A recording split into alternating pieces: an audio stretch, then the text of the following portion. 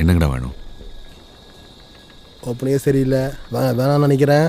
ரொம்ப தப்பாகுது சார். வேணுகோபால் இங்க எந்த இல்லை, கிளம்புங்க. ஏய் என்னடா குழம்பு பண்ணுறோம் சார்? இதுதான் வீடு சொன்னாங்க சார். தப்பாக சொல்லியிருப்பாங்க. நீங்கள் சார் புதுசா இவன் ஒரு ஆளுன்னு இவங்கிட்ட பேசிட்டு இருக்க. ஏய் இருடா போவாத. வீட்டில் ஒரு பொண்ணு இருக்குல்ல, வெளியில அனுப்புடா. சாவு நிச்சயம் இல்லாட்டி.